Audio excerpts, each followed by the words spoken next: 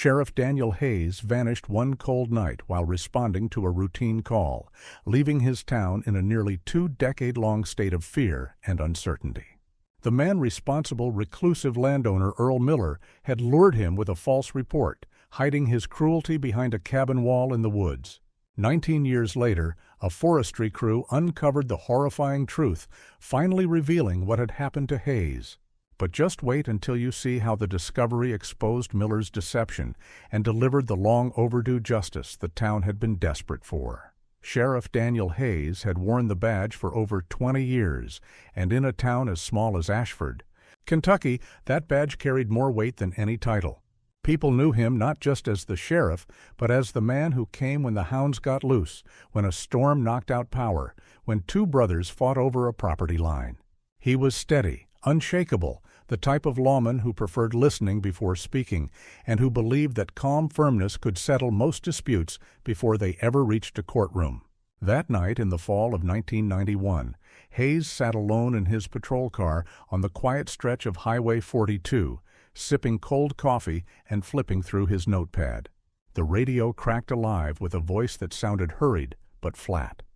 A disturbance near the old Miller property. It was not unusual for him to get vague calls. The Miller property, however, carried a reputation that made even seasoned deputies uneasy.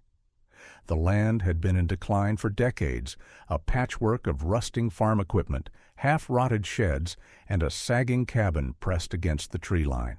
The last family to occupy it had left years earlier, and since then the place had become a landmark whispered about more than visited. Kids dared each other to walk its fence line, hunters avoided it, and neighbors swore they saw lights there at night. Hayes acknowledged the call, his voice measured. 10-4, I'll check it out. Those would be the last words anyone heard from him. When he did not respond to a routine follow-up minutes later, dispatchers first assumed he was out of radio range, the thick Appalachian ridges often swallowing signals. But unease crept in as more time passed. Deputies fanned out, retracing the road he would have taken. Just a mile from the Miller property, they found his patrol car pulled to the shoulder. The driver's door stood wide open, as though he had stepped out in a hurry. The engine was still idling, headlights cutting pale beams across the dark road, the radio static buzzing faintly. His hat lay on the passenger seat, his flashlight still clipped to the dash. No sign of a struggle was immediately visible, but to seasoned eyes, the scene raised more questions than answers. Why would a man as disciplined as Hayes abandon his running car without so much as shutting the door? If he had approached a situation, why hadn't he radioed for backup? Deputies swept the roadside ditch with flashlights, calling his name into the woods. There was only silence, broken by the chirp of crickets and the distant rush of a creek. Word traveled fast in a town of fewer than 2,000. Within hours, gas station clerks, farmers, and factory workers all knew. The sheriff had gone missing. By sunrise, the Miller property itself had become the focus of the search. Deputies moved through the sagging cabin, the barns, the overgrown fields. They found beer cans, broken tools, and the remnants of small fires, signs that drifters or trespassing teenagers may have used the place, but nothing that pointed to the sheriff. For residents, disbelief set in before fear. Hayes wasn't just another man. He was the anchor of order in a place where neighbors often settled disputes with fists or rifles before calling the law. If someone could make him vanish, what chance did anyone else have? His wife, Linda, refused to leave the courthouse lobby that first day, insisting he would walk through the door with some simple explanation. By evening, as the search dragged with no progress, her confidence cracked. Investigators questioned everyone who had been out that night. Truckers passing through, farmers hauling hay late, a handful of teenagers who had been spotted drinking by the quarry. Nobody saw Hayes after he left Highway 42. Nobody admitted to placing the call about the disturbance. That detail, so small, so seemingly routine, gnawed at the deputies. Normally, a caller identified themselves, even reluctantly. Here, the dispatcher had logged only a male voice, calm but uncooperative, who hung up as soon as the location was given. It was as if someone had wanted the sheriff to come alone, at that exact hour, to that exact place. Theories multiplied, each darker than the last. Some believed Hayes had stumbled on moonshiners or drug runners operating out of the hills. Others whispered about old grudges, men he had arrested, families who had cursed his name. Still others speculated he had uncovered something larger, something dangerous enough that silencing him became necessary. But speculation only deepened the wound. There was no body, no weapon, no clear trail, just an empty car and a community left staring at the shadows. For Ashford, the disappearance marked the end of innocence. Parents locked their doors for the first time in years. Neighbors grew suspicious of each other, and every creak in the night carried menace. The sheriff, who had been the symbol of safety, was gone, and with his absence, a question lingered in every household. If Daniel Hayes could vanish without a trace, then what dark secret lay waiting in the hollows of their town? The morning after Sheriff Daniel Hayes vanished, the town of Ashford awoke to an unfamiliar silence. Normally, the sight of his patrol car parked outside the diner reassured residents that order still governed their lives. But that day, the booth where he drank his black coffee sat empty, his chair pushed neatly against the table as if waiting for him to return. The void was immediate, and it carried the weight of dread. Deputies organized a search that grew with each passing hour. Farmers left their fields, mill workers took unpaid leave, and even high school students skipped classes to walk the ridgelines.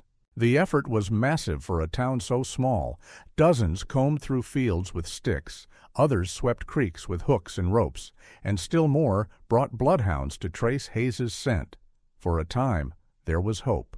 Surely, they believed, he would be found. Perhaps injured, perhaps held somewhere, but alive. The reality settled in after the third day, when even the dogs could not follow a trail beyond the abandoned patrol car. It was as though the earth itself had swallowed him whole. The county called in outside help. Helicopters droned overhead, their searchlights sweeping the dense canopy of the Kentucky hills. FBI agents arrived in dark sedans, pinning maps to courthouse walls and drawing grids across the countryside. They questioned locals about the Miller property, probing for anything overlooked. Their suits and briefcases contrasted sharply with the mud-caked boots of the deputies and volunteers. But they shared one grim acknowledgment. Every hour without answers diminished the chance of bringing Hayes back alive. Despite the exhaustive search, nothing materialized. No footprints, no discarded belongings, no sign of struggle in the woods. The unanswered questions soon took on a life of their own. Rumors spread quickly through Ashford's one grocery store, its feed shop, and the gas station where locals lingered to talk. Some whispered Hayes had uncovered something too dangerous to face alone. A drug ring, maybe, or a hidden criminal network. Others, less charitable, suggested he had staged his disappearance. "Men crack," one man muttered over coffee. Maybe he wanted out, just drove off and never looked back. Those who knew Hayes best bristled at the suggestion.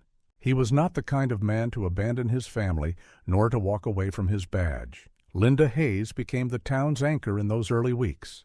Though she spoke little in public, her refusal to entertain the idea that her husband had left willingly hardened the community's resolve. She kept her composure in front of their young daughter, even as she faced questions she had no answers for. At the courthouse, she demanded updates from investigators daily, her presence a quiet reminder that this was not just a case file. It was her life torn in half. "Someone out there knows what happened to my husband," she said more than once, her voice low but unwavering. It was less a plea than a declaration. Still, with every fruitless day, tension thickened. Deputies who had worked beside Hayes for years struggled to keep order while grieving in private. Some carried guilt, convinced they should have followed him that night or pressed harder for backup. The town's trust in law enforcement began to fray, not because they doubted the effort, but because Hayes's absence exposed their vulnerability. If the sheriff himself could vanish while on duty, what protection remained for ordinary citizens? Children who once rode their bikes freely were kept indoors after dusk. Neighbors who had trusted each other for generations started locking doors and glancing twice at strangers. The sight of unfamiliar cars on rural roads sparked suspicion. Even within families, arguments flared over theories. Was it outsiders passing through? Old enemies? Or was the danger closer, buried inside Ashford itself? The FBI agents eventually thinned their presence, leaving behind binders of notes and half-formed leads. The search parties dwindled too, exhausted and demoralized. By the time the leaves turned and winter pressed in, the town's energy had shifted from action to unease. Hayes had become not just a missing man, but a ghost hovering over every conversation, every glance down the empty road leading to the Miller property. What remained strongest, however, was Linda's conviction. She did not weep in public, nor did she speak of giving up.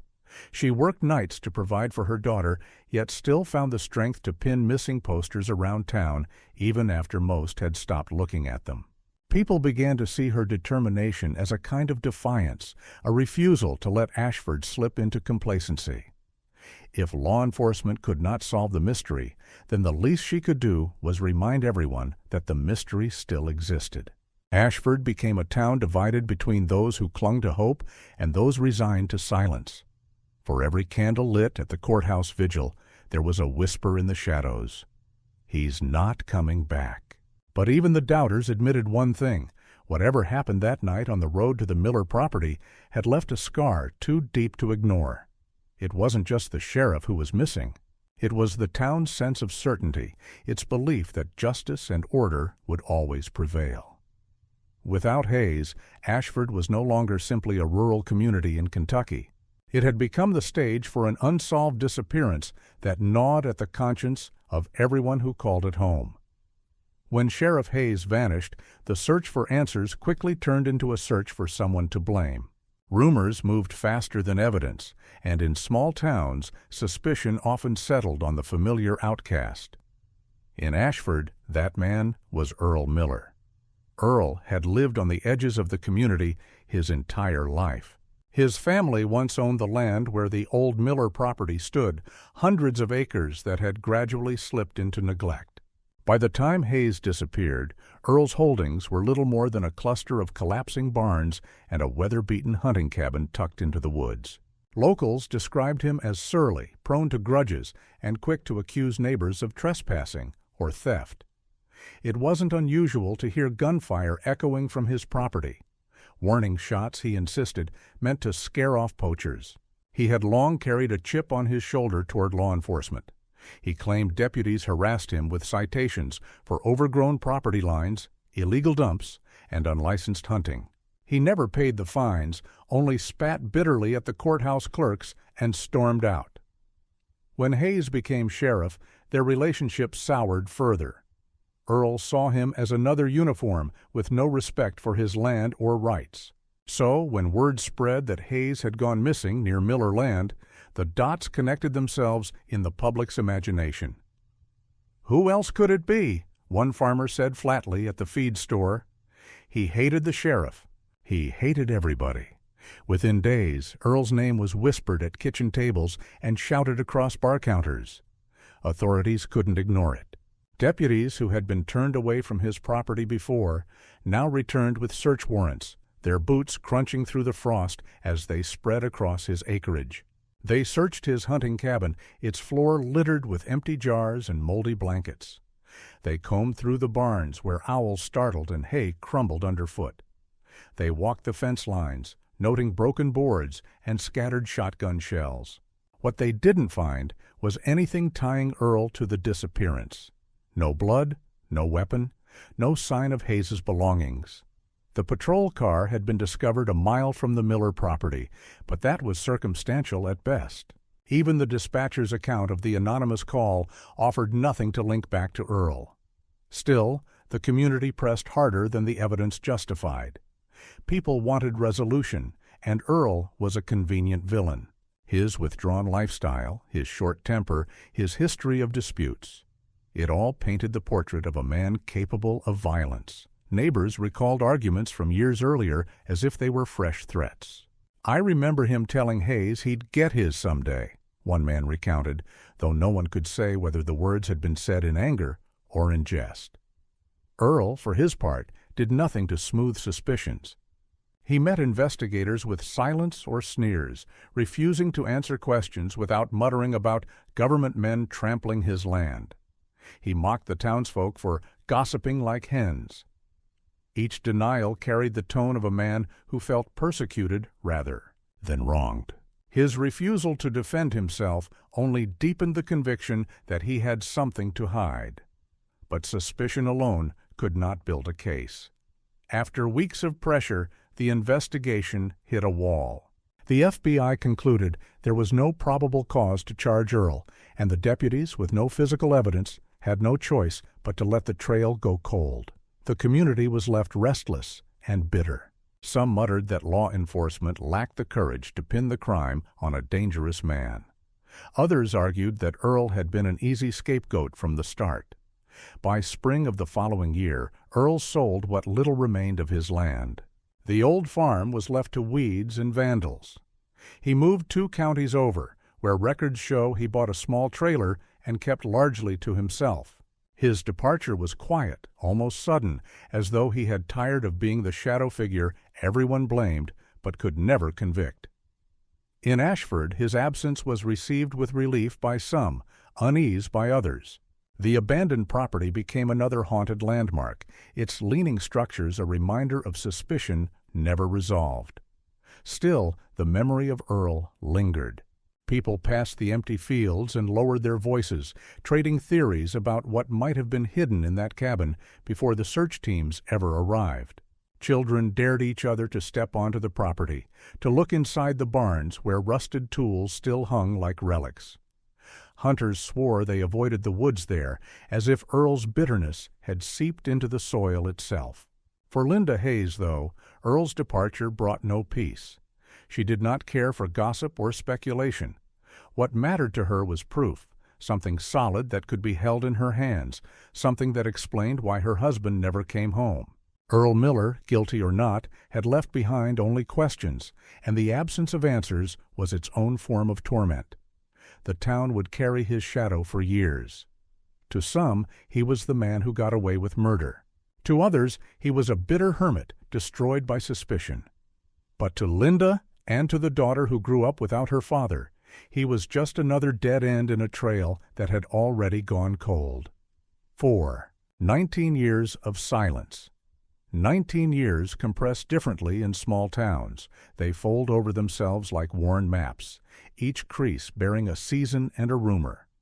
For Ashford, the years did not heal so much as ossify around a single absence.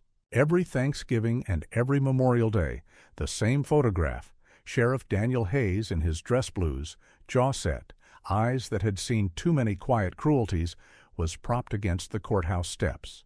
The photo's glossy surface dulled with sun and rain, and yet every year Linda Hayes replaced it with a fresh print, as if by making the image new she might coax the past forward into the present. Her daughter, now a woman with her own deadlines and small routines, still stood beside her at the vigil, her hand finding Linda's in the dark. The ritual was spare, a neat pile of candles, a whispered litany of times and dates, and the same sentence, spoken until it hardened into a quiet demand. "Someone out there knows what happened to my husband." Officially, the case remained open. That was the phrase that kept Linda tethered to hope. Active investigation, file open. Practically, it meant a dusty manila folder sat in the evidence room beneath a stack of newer, more urgent files. Deputies rotated through the county seat, promotions, retirements, long-term transfers, and each left with their own private sense of loss and failure. A deputy who had ridden with Hayes remembered how the sheriff joked to keep the road from feeling lonely. A detective later assigned to review cold files confessed to Linda that the evidence was maddeningly thin. They all meant well, but manpower and budgets shifted with the seasons. There were rounds of interviews in the first months, a flurry of activity that pulled the county into a collective adrenaline. Then the momentum ebbed, and the map that had once been plastered with pins thinned to a cautious outline. The Miller property became a shorthand for that pause, a place people mentioned with lowered voices. The land, once a working cluster of fields and fences, had fallen away into brush and rot. Roof lines sagged until they looked like the backs of sleeping animals. The hunting cabin, a squat box of weathered planks set back under a band of pines, seemed to shrink every year beneath lichen and grapevine. Teenagers still dared one another, on Halloween, or on the syllabus of courage, but most adults avoided the route that wound past the Miller lot. The cabin collected stories the way it collected leaves, lights in the window, figures slipping through the trees, strange late-night engines. Whether these stories were superstition or memory made no difference. The cabin's aura of neglect was now contaminated by a darker curiosity. Within the community, memory had split into two currents. One was the slow, practical stream of everyday life. The mill continued to hum, school buses made their rounds, church basements hosted potlucks. The other current was a taut wire of attention that vibrated whenever anyone mentioned the sheriff. That wire traced a path from Linda's house to the courthouse, along the road where Hayes's patrol car had been found, and into the woods where the Miller cabin crouched. Neighbors exchanged theories, moonshiners, a jealous man, a petty revenge that metastasized. But for Linda, they were all distractions. Her motive was crystalline. She needed not stories, but proof. Her husband's absence was an injustice that could not be folded into polite silence. If someone had done this thing, she reasoned, time would not make them kinder or braver. It would only let them hide their tracks better. That conviction kept her showing up at the sheriff's office, resolute and sometimes abrasive, refusing to let paperwork become a substitute for discovery. Then, years later, and nearly 2 decades removed from the night that had turned Ashford into a town that watched its edges, a forestry crew arrived under contract to survey tracts slated for timber sale and boundary redefinition. They were ordinary men and women with ordinary tasks: mark stump locations, measure studs, note which parcels could sustain harvest and which must be left for conservation. The crew's truck rolled through town with saws and GPS units, and it carried with it a blunt, professional curiosity. Their foreman, Tom Briggs, had been a kid the year Hayes disappeared. He remembered the sheriff's steady stride as plainly as he remembered his own scraped knees. Tom's tie to the case was the sort of private thing that makes a man work slower at a familiar route, an old ledger entry, a family recollection. He had not come to Ashford looking for ghosts. He had come for a job. Still, when the route took them by the Miller acreage, his shoulders tightened. The cabin that greeted them was a thing of slats and shadow. Vines threaded the eaves. A sagging porch leaned like an apology. The crew set down their packs and moved with the quiet efficiency of people who handle heavy things for a living. Their radios were a flat buzz. Their voices were low and practical. "Check the corner." "Watch your step." They entered with flashlights and boots, the light beams cutting through dust motes that hung like curtain beads in slow motion. Inside, the air was damp and smelled of old smoke and dust. Someone muttered about squatters. Someone else noted the way the floor sank underfoot. They did the routine work, mapping planks, noting which timbers could be salvaged, recording measurements. But then Eddie, the youngest of the crew, stepped close to a wall between the cabin's small room and the lean-to. He knocked with the back of his hand, a hollow, casual tap meant to test the integrity of the cladding. The sound returned oddly, less like the dull thud of rotten wood and more like a bell muffled beneath cloth. The hollow was not the natural emptiness of a room behind a wall. It held a cadence that suggested space deliberately enclosed. Tom's hand went to his chin, then to the seam where the boards met. There was a faint line there, hairline but precise, as if someone had taken care to hide something from casual view. Their work paused in that precise way that happens when a practical problem turns toward something that feels moral. The crew exchanged glances. The chatter that had lubricated the morning fell flat. For a long moment they listened to the cabin's small noises: a creak, a distant crow, the whisper of wind in the pines. Tom's childhood memory of Hayes, those rectangular, patient eyes, rose up with an insistence that made his palms damp. He tapped the board again, more slowly, then knelt and traced the seam with a thumb. The wood under his nail was dry. The line gave slightly, yielding to pressure. No one moved to pry. Everything tightened: experience, superstition, the awareness that time had layered significance over this place. The crew knew protocol: report anything suspicious to the county sheriff, document, and retreat. But the knot of obligation and private history in Tom's chest made the line between duty and impulse thin and tremulous. He set down his pry bar as if setting down a decision, and, without a word, reached for his radio. The voice on the other end would be a man who answered to that same town, to those same quiet expectations. They had found a hollow where there should have been only timber. Whatever lay behind that seam, whatever the pasture of time had concealed, would no longer have the quiet of undisturbed years. They pried the wall at first like men who had been taught to respect the dead and the fragile stories that keep houses standing. The pry bar bit into rot with a dry crunch. Splinters rasped across bare knuckles, and the lamplight threw jagged shadows across the cabin's small interior. When the first board fell away, the hollow beneath exhaled dust the color of old paper. The crew held their breath as if sound itself might disturb whatever had been sealed inside for years. Behind the boards was not a simple void, but a narrow vertical seam, a coffin of space barely wide enough for a body curled to its last posture. At the mouth of that seam lay a sheriff's badge dulled by time, its enamel gone, the stamped numbers half-eaten by corrosion, but its shape unmistakable. Next to it, a leather belt weakened to a papery strip, the brass buckle green with verdigris. The badge and the belt were small relics of a life everyone in Ashford had trusted. In the dim light, they looked like tokens from someone else's grief. Then they saw bone.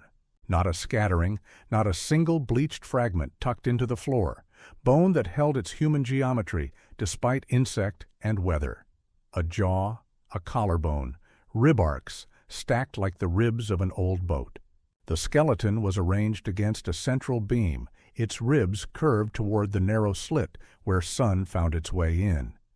Iron circlets, shackles, embraced the wrists, and a remnant of chain coiled around the beam's grain. The metal was rusted into the wood, encrusted but whole, the lock fused with a crust of oxidation. Whoever had done this had built the wall to hide both man and method. The room hummed with the small, precise noise of work, cameras clicking, gloves whispering, a coroner's voice low and procedural, the careful commands that make a scene stop being of the moment and become evidence. Investigators moved with deliberate slowness, photographing from every angle, suspending the light to catch the shine on the metal, the pattern of wear on the badge, the exact alignment of bone to beam. A forensic photographer crouched until his knees burned, angling the lens to show that the hand bones were curled inward as though the last human motion had been to brace or to plead. Coroner reports would later be clinical, terms like post-mortem interval and skeletonization drafted into precise sentences. But in that instant, the language was the language of the heart. Tom Briggs, the foreman who had found the hollow, reached for his hat as if to cover shame. "I should have known," he said to no one and everyone, the phrase breaking on the air like a dropped plate. Men who had spent years hauling timber and fixing roofs felt a new responsibility that was less about work and more about bearing witness. They had unknowingly pried open a continent of sorrow. The chain of custody was established with a steady hand. Tape sealed the edges of the exposed cavity, numbered tents pinned to every item of evidence. Investigators recorded everything that might tie a life to a moment: the badge's serial, the stitching on the belt, the mineral deposits on the shackles. A small notebook with notes in block print recorded the beam's dimensions and the angle of the chains. Forensic anthropologists photographed the dentition, the angles of tooth wear, the unique patina of dental work. Dental records, the department knew, would be the cleanest bridge between the bones and the man who had once walked the courthouse steps in his dress blues. When the lab called, it was a clipped voice on an ordinary line. The comparison, X-rays from the dental office set against the jaw fragments, was as indisputable as fingerprints. Silver amalgam fillings, a root canal with a particular angle, the curve of a molar worn by a lifetime of chewing. These small, intimate markers of habit and health matched the file labeled Hayes Daniel, D.O.B. The word confirmed arrived like a blow, and then like a bell. Sheriff Daniel Hayes. The room, already thick with the business of handling death, changed shape. Deputies who had searched for weeks and then years went still. Some of them had been young men the day he disappeared. Now silver threaded their hair. They pressed their palms to the cold porch rail as if holding on might pull them back to a time when the sheriff could still be found with a radio call and a laugh. Linda Hayes, who had not left the courthouse vigil for 19 years, who had replaced the weathered photograph each season, was called through the formal channel detectives keep for such news. The voice that told her was measured and awful. Grief, as people who speak to the bereaved soon learn, arrives in the syntax of officialdom. Her reaction was not theatrical. There is no grand collapse for many who have lived with absence. There is instead an ignition of something older, sharpened by years of waiting. Linda sat at the kitchen table, fingers curled around a mug that cool tea had long since abandoned, and the years of smaller refusals, the brush-offs from detectives, the rumors, the polite condolences, unspooled into a single, steady hurt. She listened to the facts, the coroner's words, the confirmation, and when she spoke it was a small, certain thing. Bring him home. Not a plea for revenge, not an appeal to rumor, an instruction about dignity. Bring him home so that everything else could be named correctly. News spread through Ashford with the velocity that grief always finds in a community. People who had tried to live around the absence now had evidence to turn it into a story with dates and a place. Vigils that had been private for years leaked onto the courthouse steps, candles replaced by quiet arrangements of flowers. Yet amid the sense of closure, there was an intrusion, knowledge that demanded action. The discovery transformed speculation into a criminal matter again. The county's cold case file moved from the shelf into a folder that would be opened repeatedly, searched, and researched. That night, as deputies sealed off the road and posted a line of unlit cruisers along the shoulder, the cabin's small windows watched like black eyes. The beam that had held Hayes's body would be measured and sampled and drawn and catalogued. The badge and the belt were bagged and tagged. Everything that had been left secret in a cavity behind planks was now a paper trail, evidence that would not be allowed to rot with the wood. For Linda and for Ashford, the discovery returned a man to a town, and in doing so, opened the long work of naming what had been done to him. The evidence spoke in a language that left no room for mercy. Hayes had not been the victim of a sudden, clean killing in the open. He had been taken alive, restrained, and abandoned to die within wood and shadow. Investigators working under the porch lamp pieced together a chronology from the geometry of bone and metal, the way the iron had embraced the wrists, the way the jaw sat in relation to the beam, the pattern of insect activity that mapped the slow. Arithmetic of time, and the coroner's report translated those facts into a human suffering that made the words homicide and intentional concealment feel almost insufficient. The shackles were not crude improvisations. They bore the precision of someone who knew how to bind a man so that he could not move his hands to fend or to signal, yet so that he might live long enough for cruelty itself to extract its sentence. Rust on the chain suggested years of weathering, but the way the metal had cut into the wood and fused to it where it looped the beam indicated the device had been applied and then left to the slow chemistry of time. On the bones themselves, where enamel or mineral might tell stories of age and diet, investigators found the physical trace of restraint. Small, healed abrasions on the forearm bones where iron had rubbed, slight stress lines in the wrist, consistent.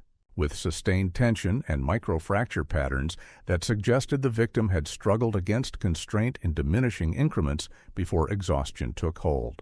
There were no defensive wounds of the kind seen in a sudden assault, no knife marks or the scattered injuries of a scuffle across open ground.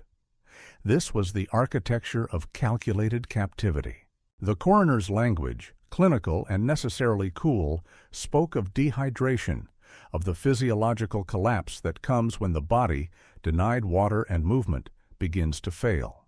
He spoke of the likely delirium that settles in after days without relief, the confusion and then the ebb of consciousness that can make a prisoner seem to consent simply because he can no longer resist. The conclusion landed on the town like a verdict. Hayes had been kept alive long enough to understand his fate and then left to die in darkness. Anger is a social force that needs an object, and when the object materialized not as a single bullet hole, but as a deliberate plan to confine, the town's grief sharpened quickly into rage.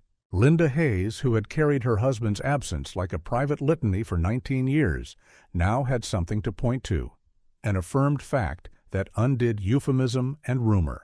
In the courthouse lobby, where she had once allowed herself only quiet rituals of remembrance, she now demanded language that matched action. Her voice, when detectives spoke to her, was both brittle and precise. They did this to him. I want them to answer that phrase, half prayer and half command, filtered through the community with the velocity of a match across dry leaves. The sheriff's department pivoted from cold case lamentation to a homicide posture overnight. Detectives pulled down files, cross-referenced old logs, and cataloged the things that would let a past method become present proof. Dispatch tapes, patrol routes, lists of who had reasons, lists of who could access that cabin, lists of seemingly irrelevant possessions now recast as potential keys. Lawmen who had been slack-jawed with the impotence of unanswered questions now moved with a different kind of energy, leaden with moral urgency, but purposeful. Yet, even as institutional machinery geared up, the town's social fabric thinned at the edges. Men who had once waved across fences began to glance at one another with suspicion. Casual acquaintances turned into preliminary lists of persons of interest. Conversations at gas stations and church basements hardened into a chorus demanding immediate retribution, while others cautioned for patience and proof. The local paper ran a headline that read, simply and without flourish, "Sheriff confirmed dead, homicide declared." And that dryness only fueled a different storm. Pundits on regional radio asked why a small town had let an officer disappear for 19 years without drumming up sufficient scrutiny, while others moaned about lost time and the failures of bureaucracy. For Linda, the discovery was not the end of pain, but the start of a new phase of it.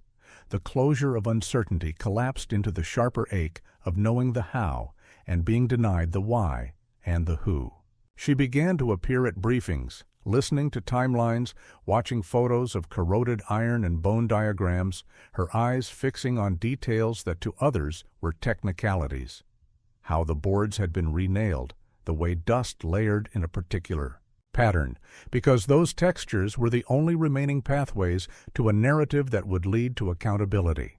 Among deputies, the discovery provoked a complex ethical aftershock.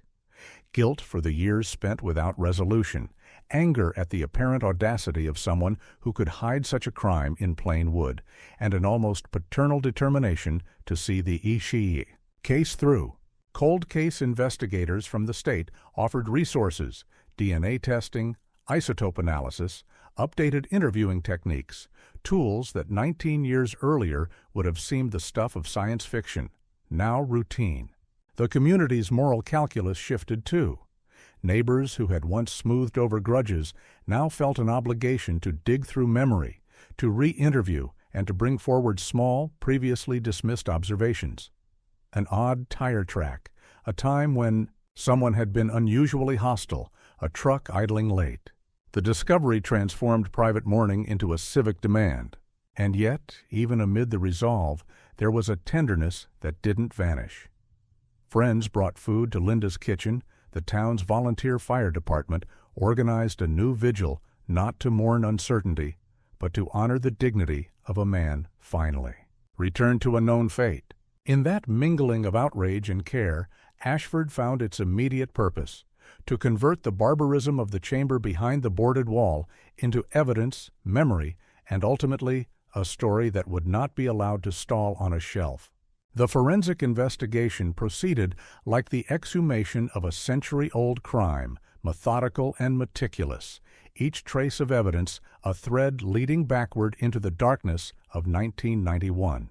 Specialists in the state lab worked under the hum of fluorescent lights, photographing rust patterns on shackles, swabbing decayed wood for latent prints, and measuring the microabrasions etched into the cabin's interior by tools long abandoned.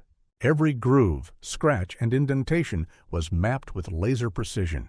The team applied chemical reagents that revealed fingerprints invisible to the naked eye, finding ridges on the wooden frame of the false wall that had once been concealed by decades of dust and grime. They compared these prints to databases and historical records, finding a match with one of the most infamous absentees of the county, Earl Miller. The realization was clinical yet electrifying. Decades of rumor and suspicion now had the tangible weight of irrefutable proof. Fingerprints, however, were only part of the story. Tool marks, cut lines, hammer impressions, notches where nails had been driven at impossible angles showed the careful, deliberate craftsmanship that had sealed Hayes's fate. The marks were distinctive, reflecting techniques known to experienced hands who had spent years repairing and dismantling barns and cabins. Experts could determine the type of crowbar, the angle of insertion, even the approximate force applied. They reconstructed the wall plank by plank, overlaying photographic evidence with 3D models, and the results were unmistakable. The same hands that had shaped and maintained Miller's property had shaped the secret coffin that had hidden a sheriff. As the forensic data piled up, detectives began combing through the archived case files from nearly 2 decades earlier. Hayes had been investigating a series of cattle thefts that had plagued the northern pastures of Ashford County. The records showed complaints from multiple ranchers, livestock stolen at night, gates tampered with, and suspicious activity near the Miller property. Hayes's notes, meticulous as ever, referenced Miller by name multiple times. The sheriff had planned a nighttime check of the Miller acreage, specifically on the evening he vanished. Witness statements indicated that a supposed disturbance call had drawn him to the old Miller cabin, a call that, in hindsight, was an elaborate ruse. Reconstructing the timeline, investigators concluded that Miller had orchestrated the ambush with precision. He had anticipated Hayes's methodical approach, his pattern of responding alone to such calls. The disturbance report had been falsified, designed to lure Hayes into terrain controlled by Miller. Once there, Miller's knowledge of the cabin and surrounding woods allowed him to overpower the sheriff, apply restraints, and transport him into the small enclosure behind the false wall. Every movement of Hayes that night, the entry into the patrol car, the drive along the frost-bitten road, the final approach to the cabin, had been calculated by someone intimately familiar with his habits, someone who understood law enforcement, procedure, and could manipulate it to deadly effect. The evidence painted a portrait not merely of a murder, but of premeditation and sustained deception. The coroner's findings that Hayes had likely survived days in captivity were now contextualized as an extension of Miller's cruelty. The man who had built barns, maintained fences, and lived in near-total isolation for years had used the skills of his trade to engineer concealment, converting the very landscape of rural labor into a trap. Tool marks corresponded precisely to instruments Miller owned, documented in old invoices and receipts found in property records after his departure. Fingerprints on boards, nails, and window frames aligned with areas described in Hayes's investigation notes, the geometry of the crime scene intersecting almost mathematically with his patrol routes. Even small details corroborated the narrative. Weather records confirmed frost patterns consistent with the day of Hayes's disappearance, showing that tracks leading to and from the cabin would have been detectable under snow. But none were found, suggesting Miller had prepared paths or removed Signs of passage. Dispatch logs confirmed the time of the fake call, the description of a disturbance that never existed, and the absence of any other reports in the vicinity. Hayes, following procedure and trusting his training, had driven alone, unaware that the night's events were orchestrated with lethal intent. Each discovery layered clarity over decades of speculation. The town's long-held suspicions were validated not by gossip or memory, but by irrefutable evidence. Fingerprints, tool marks, property records, and investigative files aligned to reveal a single truth. Miller had lured, ambushed, and concealed his crime behind the walls of a cabin he controlled. The act was deliberate, methodical, and chillingly precise, a convergence of opportunity, skill, and long-standing animosity. The forensic narrative left no room for alternative interpretations. Every mark, every print, every record pointed to one man and one night, and one meticulously concealed horror. The work of tracing the past had transformed rumor into record, conjecture into proof, and absence into undeniable truth. For those who had followed Hayes's disappearance for nearly 2 decades, the revelation was a convergence of relief and outrage. A story whose threads had finally been pulled taut enough to reveal the shape of guilt hidden for 19 years. The pursuit of Earl Miller began with the faintest whispers of a trail, threads that had lain dormant for 19 years, now reignited by fingerprints, tool marks, and the meticulous work of forensic analysts. Miller, by then in his 70s, had constructed a life of quiet anonymity under an assumed identity in a neighboring county. He had changed his name, rented modest homes under that alias, and adopted the rhythms of a man intent on invisibility. Grocery runs at odd hours, avoiding the scrutiny of neighbors, and keeping any conversations about Ashford to a minimum. For years, he had depended on the town's collective amnesia, the natural erosion of memory, and the isolation afforded by geography. But the past, patient and precise, had a way of catching up. Detectives from Ashford County, in coordination with state investigators, tracked utility records, vehicle registrations, and subtle discrepancies in personal documents. Surveillance confirmed his location and habits. He had grown old without the fanfare of crime catching up to him, walking streets that knew him only as a quiet, solitary figure. On the day of confrontation, officers approached with caution, mindful that a man who had once ambushed a lawman possessed knowledge of tactics, concealment, and manipulation. There was no immediate violence, but every detective present knew that years of preparation had not erased the capacity for danger. Miller answered the door with a neutral expression, a slight stoop betraying age, but nothing of guilt, or so it seemed. When informed of the discovery of Hayes's remains and the evidence implicating him directly, Miller's reaction was startling in its coldness. His sneer was not a gesture of feigned ignorance or defiance. It was the unflinching expression of a man who had carried his actions without regret. "Nobody would have ever found him if you'd just left that cabin to rot," he said, voice steady, eyes unflinching. The statement was not anger, not plea, not remorse.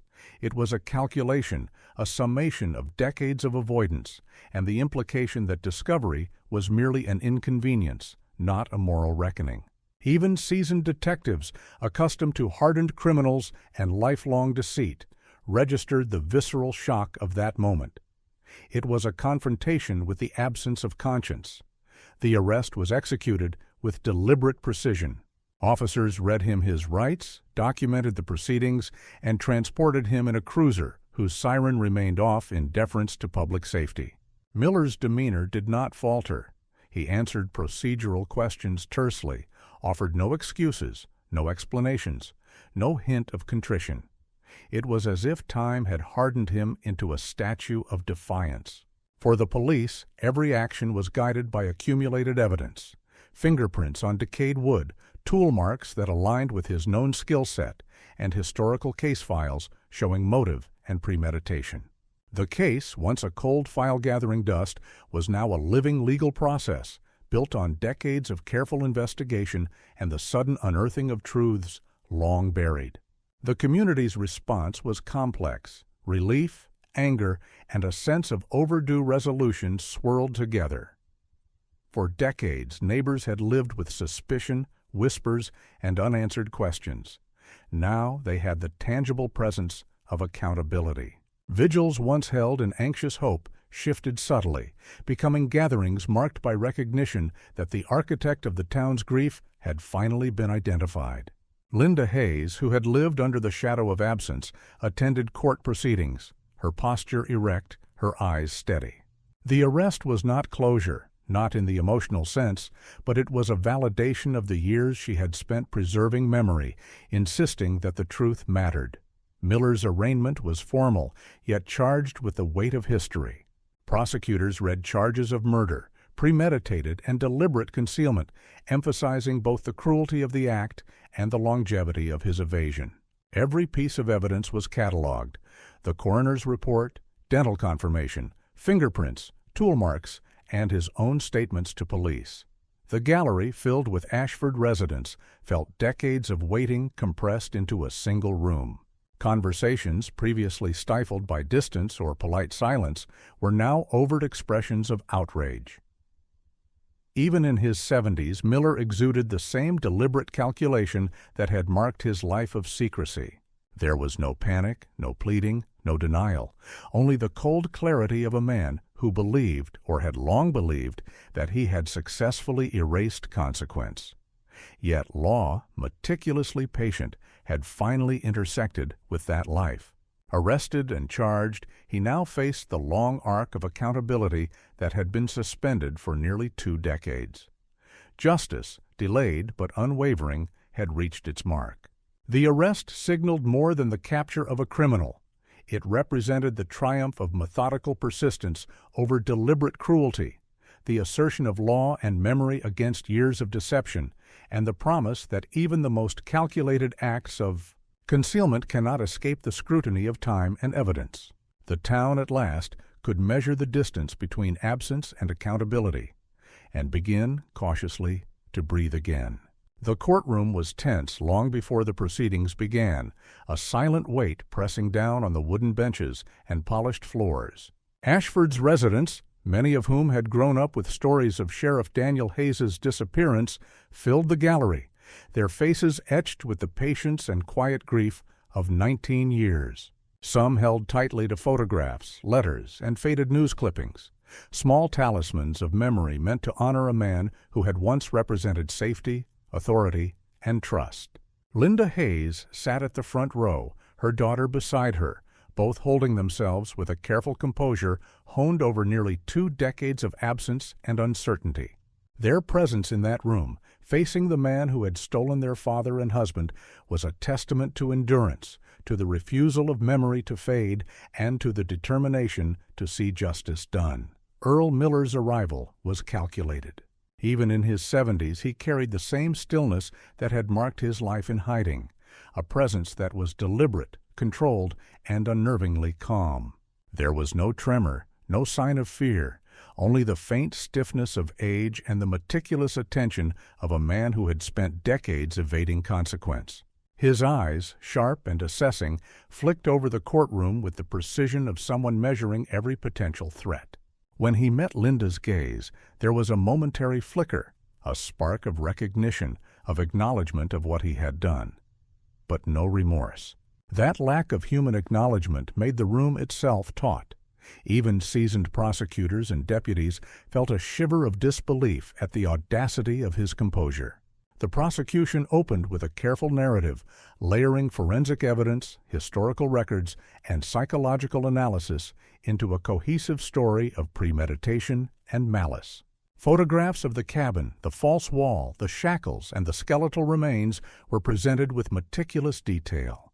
The dental records that confirmed Hayes's identity were displayed alongside diagrams of the tool marks and fingerprints that tied Miller to the crime scene. The jury listened, rapt and unblinking, as the prosecuting attorney outlined the sequence of events on that fateful night. The fake disturbance call, the calculated ambush, the transport of Hayes into the hidden enclosure, and the deliberate abandonment that resulted in his death. Every action, every decision was framed as the product of a mind fueled by paranoia and deep-seated hatred of law enforcement, a vendetta against authority expressed through methodical, cruel precision. Witnesses were called, neighbors who had seen Miller's movements in the weeks preceding the disappearance, retired deputies who had investigated the early reports of cattle theft, forensic specialists who could describe in granular detail the chain of evidence leading from cabin wall to guilty hand. Each testimony built upon the last, weaving a network of indisputable fact that left no corner for plausible doubt. The defense attempted to introduce distractions, questioning motives, and the reliability of decades-old memories. But the weight of scientific and circumstantial evidence was insurmountable. Fingerprints and tool marks were not subject to subjective interpretation. Dental records do not lie. The coroner's meticulous notes on the progression of Hayes's final hours left no room for reinterpretation. Linda Hayes took the stand in the midst of this, her composure unwavering, her voice calm but firm. She spoke of Daniel Hayes as a husband, as a father, as a sheriff whose integrity had defined her community. Her words were not dramatic, not performative.